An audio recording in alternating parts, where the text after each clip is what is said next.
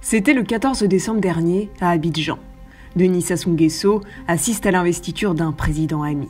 Son Excellence, Monsieur Denis Sassou Nguesso, président de la République du Congo, que j'appelle affectueusement l'empereur. Le lendemain, investiture d'un autre président, réélu lui aussi pour un troisième mandat, et rebelote. Je salue l'empereur. On sait qui c'est l'empereur. Denis Sassou Nguesso. Alors, avec ses 37 années à la tête du Congo, Denis Sassou Nguesso serait-il le maître ? Si le surnom d'empereur se veut élogieux, il sonne gênant tant il évoque tacitement les coups de force de cet homme né il y a 77 ans à Edou, au centre du Congo. Son ascension débute aux côtés du capitaine révolutionnaire Marien Ngouabi. Nous disons que la révolution, c'est surtout l'affaire des jeunes. Pourquoi ? C'est parce qu'une révolution socialiste ne se fait pas en un jour. Le jeune officier parachutiste, cofondateur en 1969 du Parti congolais du travail marxiste-léniniste, participe au renversement de plusieurs chefs d'État. Alphonse Massamba Deba, Joachim Yombi Opango. En 1979, l'ancien agent des renseignements et ministre de Ngouabi, assassiné en 1977, accède au pouvoir. Sa trajectoire est stoppée net. En 1992, il est battu lors de l'élection présidentielle face à Pascal Lissouba. Je ne peux pas dire que le marxisme est imprégné d'une manière aussi profonde que ça l'esprit ou l'âme africain, en tout cas l'esprit ou l'âme congolais. Il s'agit d'une sorte de mode. Et je peux dire que cette mode est passée. Le Congo s'enfonce alors dans un cycle de violence. Amer, le vaincu entame sa traversée du désert. 5 ans d'exil à Paris, mais revient plus déterminé que jamais et préparé.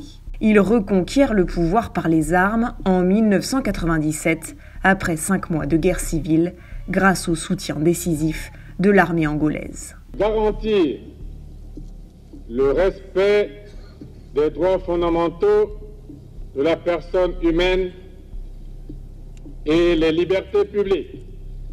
En 2002, 2009 et 2016, des présidentielles sont organisées. Les opposants font campagne sous la pression d'un pouvoir tout-puissant. Et beaucoup terminent en prison après le scrutin. Les gens ont peur. Et parce que la mouvance est tentée de traquer l'opposition. En 2015, nouveau coup de force. Denis Sassou Nguesso change la Constitution lors d'un référendum contesté par tous, sauf par lui et son parti.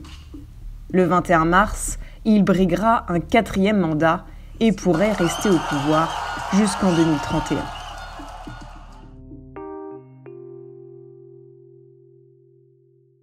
Ses fiertés, Sassou Nguesso les expose dans un documentaire à sa gloire, réalisé par le directeur de la rédaction de Jeune Afrique, François Soudan.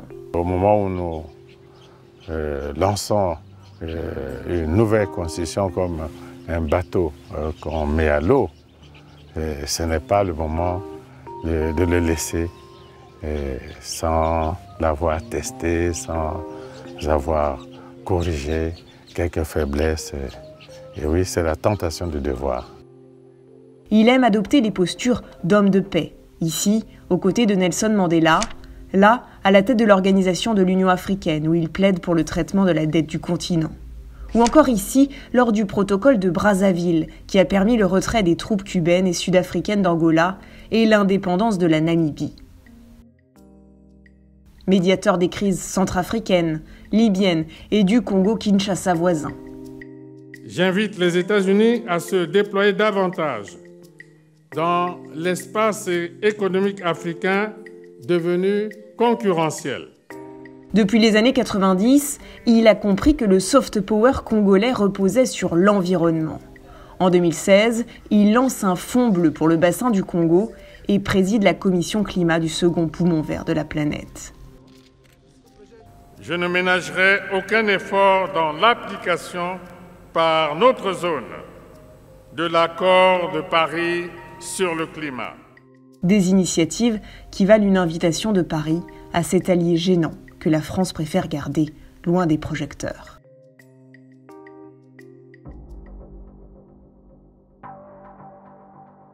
À partir des années 80, la rente pétrolière permet de voir sortir de terre près de 1000 km de route. Le Congo est un pays béni des dieux, 3e producteur d'or noir du continent, 5,4 millions d'habitants. Et pourtant, 70% des Congolais vivent avec moins d'$1 par jour. La pauvreté est dite endémique selon le Fonds monétaire international. Dans cette étude, qui se base sur les données du FMI et de la Banque mondiale, on apprend qu'entre 2015 et 2018, les dépenses publiques ont chuté de plus de 50%. 80% des ressources de l'État sont issues de la manne pétrolière et à chaque choc, le Congo trinque. S'ajoute à cela une gestion contestée. Le pays s'est endetté avec des préfinancements pétroliers. Un préfinancement pétrolier, ça veut dire que le Congo va pouvoir emprunter de l'argent à une banque contre une somme qui équivaut à des barils de pétrole qui n'ont pas encore été extraits. Des montages qui ont arrangé et arrangent toujours fortement les compagnies comme Elf, devenues Total. Dans le cadre des Paradise Papers en 2018, on découvre comment Total a même aidé le Congo à berner le FMI au moyen de montages offshore. En janvier 2020, l'ONG Global Witness, qui a étudié les comptes et contrats pétroliers jusque-là dissimulés, révèle d'apparentes pratiques commerciales abusives utilisées par les compagnies pétrolières étrangères et des millions de dollars de fonds manquants. En 2017, la dette publique s'élevait à 117% du PIB, elle est de 67% aujourd'hui. Des dettes que le Congo a longtemps cachées au Fonds monétaire international, ce qui n'empêche pas l'institution de lui accorder régulièrement des aides d'urgence en rappelant son souhait d'une meilleure transparence de ses comptes publics. Du côté du privé, on est moins patient. La société Comis Impex de l'homme d'affaires libanais Mohsen Ojej, qui demande 1 milliard d'euros à l'État congolais, multiplie les saisies des biens de la famille. Dernièrement, un Falcon 7X qui transitait par Bordeaux. Dans le clan Sassou, il y a les filles. Claudia, députée et conseillère en communication. Judith Sandrine, à l'Agence pour la promotion des investissements.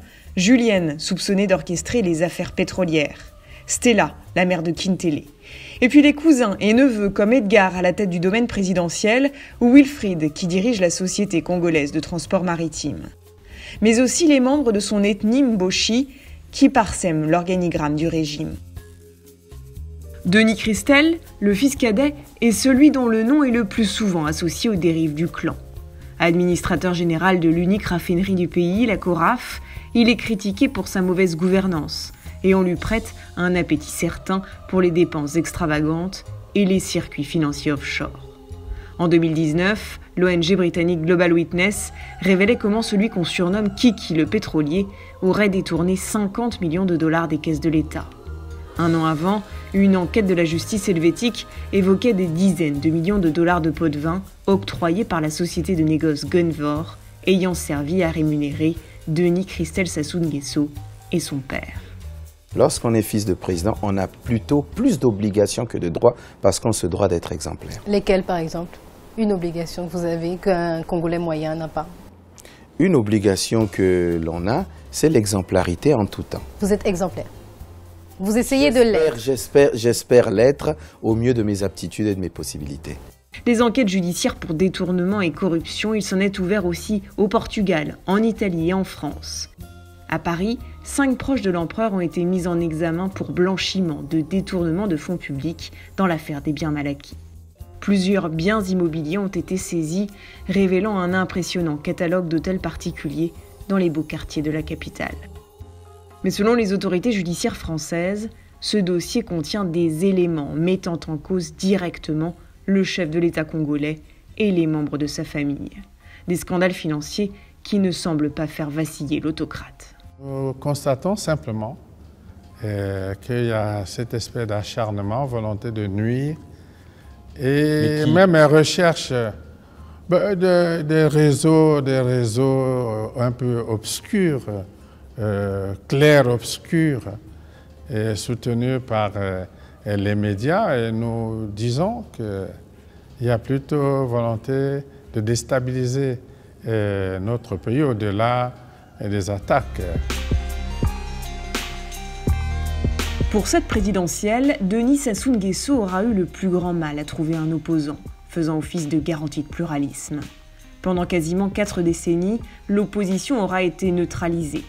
En 1991, elle tente de faire vaciller son régime lors d'une conférence nationale de 3 mois censée ouvrir la voie au multipartisme après la chute de l'Union soviétique. Cela ne m'atteignait pas beaucoup parce que comme je savais que c'était des mensonges. Vous voyez bien, les faits ont prouvé que nous sommes encore vivants ici, et sans que les auteurs de ces mensonges aient réussi de prouver la véracité de leurs déclarations. Le président congolais fait la sourde oreille aux accusations des ONG qui pointent régulièrement des atteintes aux droits de l'homme. Silence et mystère comme dans cette affaire des disparus du Beach, ces exilés de la guerre civile qui se sont volatilisés à leur retour à Brazzaville en 1999. Disparition dont on ne connaît toujours pas les auteurs. Les voix critiques sont soit en prison, comme son principal opposant, le général Jean-Marie Mokoko, qui croupit derrière les barreaux depuis 2016. Les responsables qui sont aujourd'hui entre les mains de la justice ne le sont pas parce qu'ils sont des personnalités politiques, mais ils sont des prisonniers de droit commun parce qu'ils ont été rendus responsables d'actes extrêmement graves. Il n'y a pas de chasse aux sorcières déguisée derrière... Mais tous les autres candidats à l'élection présidentielle, vous êtes ici au Congo, vous pouvez constater qu'ils sont libres. Les autres sont poussés à l'exil. Denis Sassou Nguesso, en maître d'un empire cadenassé, en lice pour une présidentielle qu'on annonce jouée d'avance.